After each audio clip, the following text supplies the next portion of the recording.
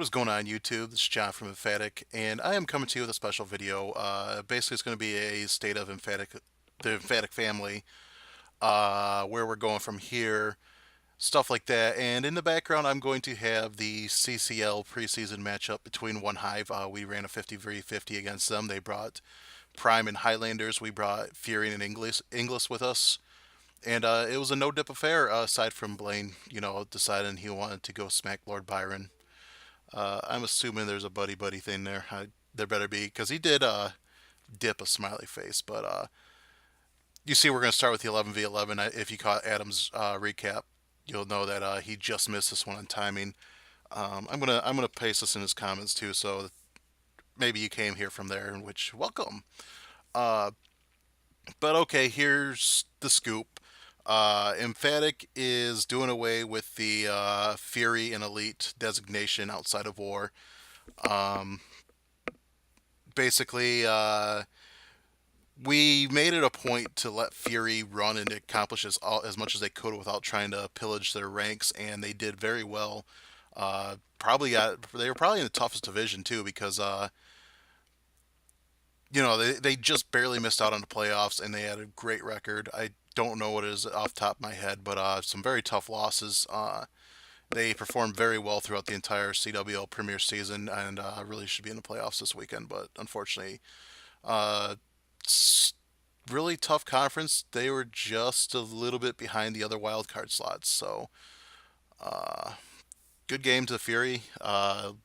Great way to represent the family. It's awesome seeing that those guys work, and we really want to capture that.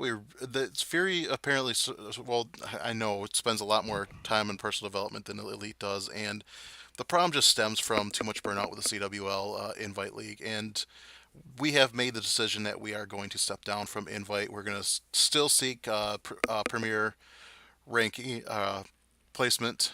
A little bit easier to manage the rosters, easier to keep everybody engaged. We can actually hold people accountable, um, so that they're performing at their peak instead of just showing up for Saturday and disappearing after that. So really, it's going to be a better move as we work to be rebuilding. And furthermore, we're just going to reorganize the family. We're going to have all town halls separated into clans to work on their personal development. We are going to relax a tad on base building requirements. So, hey, if you're out there and you hate base building, we definitely will are willing to work with you. So, um, it doesn't mean that they're not supplying a fresh base each week, but hopefully they're taking care to make sure it has been thoroughly tested because during the week we are really stressing personal development, and that is getting in there, doing your FCs, sharing your base, which could be the base that you're planning on running for CWL or anything else, and seeing what tweaks can be made. And going from there. So hopefully it starts working out and just starts alleviating some of the stress and pressure. As one of the primary base builders, I felt it immensely throughout the entire year trying to supply Town Hall 10 and 11 bases to 4 or 5 accounts each week. So it kind of sucked. Um, but that's the big news, is that we are just restructuring how we do things. We're not Fury, we're not Elite. We are Emphatic Family, and that's going forward how we are going to operate. Um, and hopefully this all works out very well. We are, unfortunately, and this brings us to another thing. We talked about difficulty in managing rosters, and unfortunately, Emphatic Elite did have to back out of the not a playoffs tournament. There's no way we could field currently a full roster of nines. The only reason why we could probably do tens is because we have people with multiple, or we have some retiree accounts that we still have control of. So, sticking guys with multiple accounts. I know I ran like 2 or 3 accounts each of the last couple weekends, so really tough trying to make that 40 player breakdown. And yeah, we decided that we were going to take the time and focus on getting this rebuild started and going from there. And I think it's definitely the right decision. However, we are definitely seeking midweek competition. We are looking into. Actually, I think we're all confirmed to be on the 30-person breakdown for NDL, and we're also going to be a part of the inaugural Clash Cup League, which this war is a preview of. It's going to be a midweek war, pretty selective clans being allowed in. So unlike some of the drama that we see with the CWL, we are very strict to our how we feel the FP standards should be practiced, and really only clans that feel the same are there. So I mean, it's going to be exclusive club, and sucks if your clan's not in it because they're dirty buttholes or perceived to be. So that's the thoughts there. Let me see here while we have Runco, which I think is Pumpa's account, running this Bolalo. You did see this on Adam's stream. Did you see that crazy base that we just took out from? Oh no, I know who their OneHive's ace is, but he had a really crazy base that was up there. Atomas. We got that with like a third try minor hit, so I think we had some really the whole thing with this war is we had some really early hits on them that did some good. So and they're not used to these types of wars yet, and we've been dabbling in NDL recently. So Timmy must have deleted the announcement. Okay, well I don't know what everything else. We just reorganized the entire server as well, so everything's lost. But um, that's definitely the majority of the message is emphatic. Yeah, we're not dead. We're not dying. We're not going to go away. We are staying strong. We are rebuilding. We are refocusing how we do things.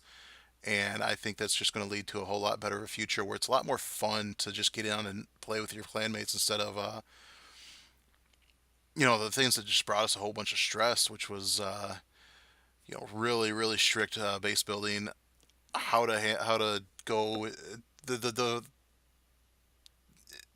It's not that we're just now starting to focus on personal development. It's we are changing what we're trying to focus on for personal development because as you saw we had a dip in quality of our attacks towards the end of the season, 10v11, 10v10.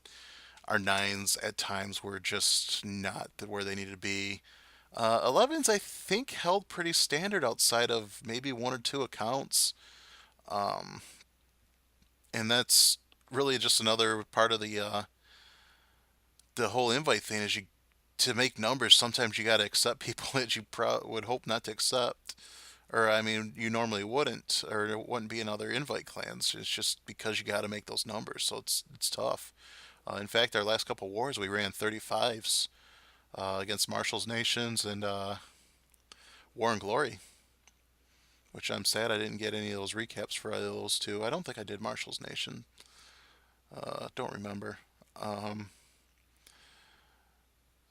but this hit was kind of funny. It's uh, the way it was laid out. They just basically said, "Yeah, you got to hit like a town hall 9," and they brought three golems just for an ultra deep push. This is TJ's base. TJ, former member of Emphatic, really helped us with some of this early base building, getting into more of the elite wars just before the CWL started. So was a pretty valuable member with us, and we decided we're gonna smash his base. So that's what you get for being 92. Don't worry, it happened to Sloppy's base too. I don't think Adam recapped that though. So nah, you guys might go check the stream. I was gonna say maybe I could run it again this weekend. Actually, it's hunting season here in Michigan, so this might be my last real activity for a couple weeks. With hunting in the holiday or the week after. In fact, I got a holiday this Friday. I get off. Hooray for auto unions, huh? um, what we got here? We got Reyes. Reyes was a former member. I don't know where we've had him lately. I don't remember if he was a 9 when he was with us before or not. But he's coming at this with a dragon hit, and I think this one was pretty fresh too, if I recall correctly. I can't really get in there and find the stats on this, but I think it might have been a first or second hit. And you can see with the execution, I was kind of a little. I mean, it's great that he got the triple and all that, but some of it was just a little bit sloppy. But it's definitely shows that it could have been a fresh hit here. Um, and I forget. I think it was a dragons who all pathed off weird or something like that. I really don't remember. It's been a couple days since I recorded this. Which I also hoped to have gotten the Town Hall 9s on a separate video, but unfortunately I just missed that timing. I was coming back from up on the farm uh, as I was getting this recorded. And of course, iOS 11 still is a little bit choppy with how well it handles some of these longer screen captures. So, really sorry to you nines too who are hoping to make a recap because I did try. This is only a 13-minute video, so I think I got one or two more attacks to go. I don't know. Um, oh, my rice is done. Yeah, I gotta go and start doing my meals here in a second too.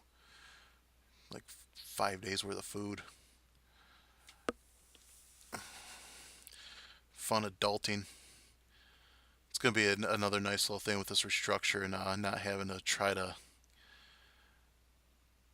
chase down exactly what people are doing for bases and all that, and just really working with people who want to be worked with, or making sure that people are tweaking what they do. Is I get to do my adulty things. Not be buried in this game the entire time, which would be nice. Uh, yeah, I forget exactly what. I don't remember. I wasn't paying attention to this entire clip. I'm watching this in my Adobe Premiere window, which is maybe 2.5 inches tall by 5 inches wide, 6 inches wide, maybe. I don't know. I could do the aspect ratio math, but I refuse. And then we're going to finish up with In and Out, who almost got a six pack. He had 199% in this war. Um, and both of them were bitch attacks. So here we go. And this was, I think, our first triple that we got on a board. Second hit maybe on this base, which was, did we scout this? We may have scouted this. I don't remember. Or I think he just went for it. That's the thing is with these no dips, you just may as well go for it just because you can't help out the nines if they're not available anyways, and you want to get some time on some of these tens to go. So if somebody sees something out of the gate, fricking go do it. I mean, it's as long as you obtain the town hall when you go do your hit. Or you know what? I think I might have had a nine in here and scouted this. I don't remember. You know what? No, I think I only had the one account. Yeah, I only had Laptop and Sloppy were the only two in here, and I had somebody else piloting Sloppy because of my timing up the farm. This was a brilliant middle jump, too. Gets right in there, takes care of that. He's still got bowlers standing. Usually you don't see a lot of bowlers still standing in the core after the second Inferno, but still got him. And, yeah, okay, I sped it up. Cool. I saved us from watching the slow finish of this, and he is going to swag that skeleton and almost swag the queen ability, too.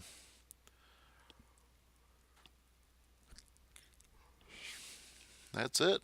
That is a win. Good job to EE and OneHive. Thanks for the war.